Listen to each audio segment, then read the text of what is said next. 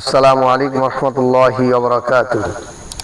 যে ব্যক্তি ফজর এবং মাগরিবের নামাজের পরে এই সূরা হাশরের 3 আয়াত এইভাবে পাঠ করবে, ফজরে পাঠ করলে মাগরিব পর্যন্ত 70,000 ফেরেশতা তার জন্য দোয়া মাগফিরাত করতে থাকবে। আবার মাগরিবের সময় পড়লে ফজর পর্যন্ত তার জন্য দোয়া মাগফিরাত করতে থাকবে।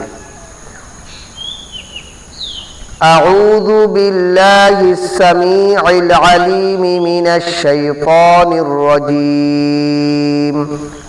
أعوذ بالله السميع العليم من الشيطان الرجيم.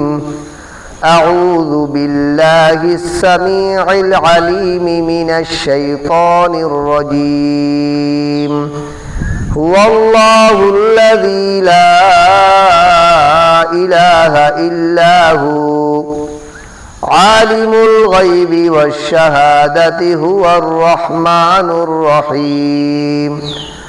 هو الله الذي لا إله إلا هو الملك القدوس السلام المؤمن المهيمن العزيز الجبار المتكبر سبحان الله عما يشركون.